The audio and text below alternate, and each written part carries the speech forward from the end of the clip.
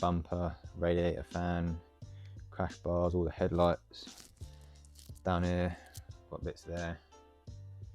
Loads come off, but hopefully eBay secondhand, brand new secondhand, will sort me out.